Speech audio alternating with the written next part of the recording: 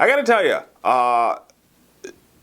America, this has been a tough week to be an American for a lot of reasons, but one in particular is, as you know, as we saw Monday night, the people, Baltimore City, burned on Monday night. And I've been really trying to sort of put my thoughts around it all, and really try to encapsulate,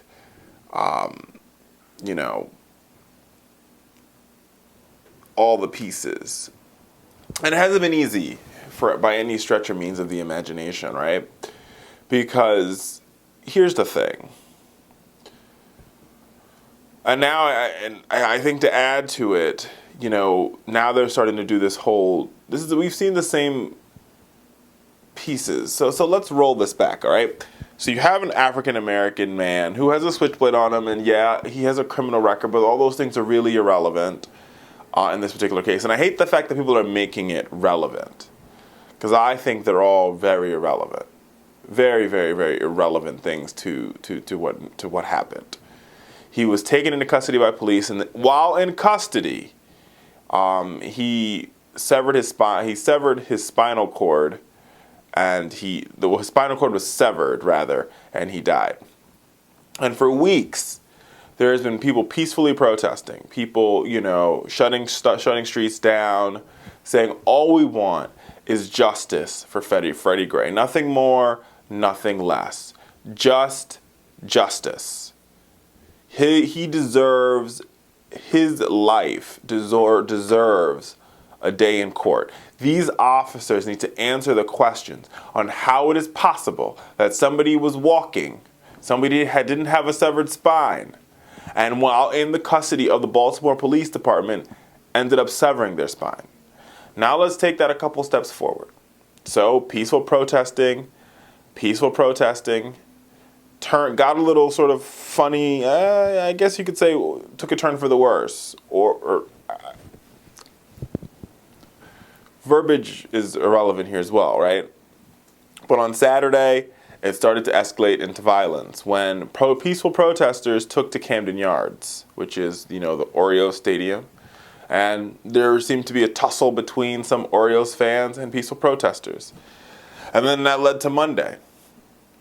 And at Monday, I think there was a threshold was crossed. Now, nobody is condoning violence by any stretch or means of the imagination, but you have to think to yourself, how did we get to this violence? How did we get here?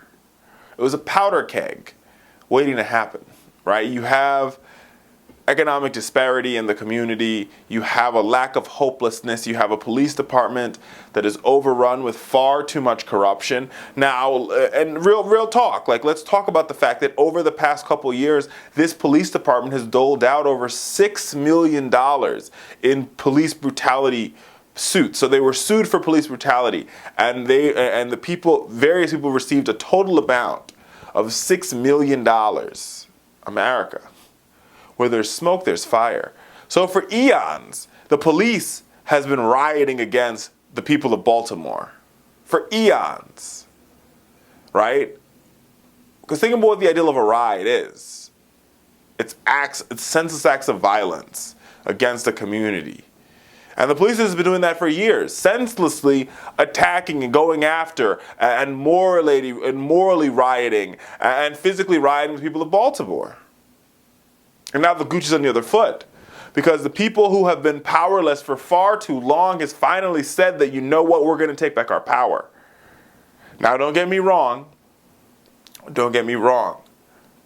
I'm not saying that it was right to burn down a CVS. I'm not saying it's right to loot local businesses. But what I'm saying is the act in itself is a cry for justice, and a cry for freedom, and a cry for fairness, for a system that is unfair, unjust, and, let me be honest, not very free.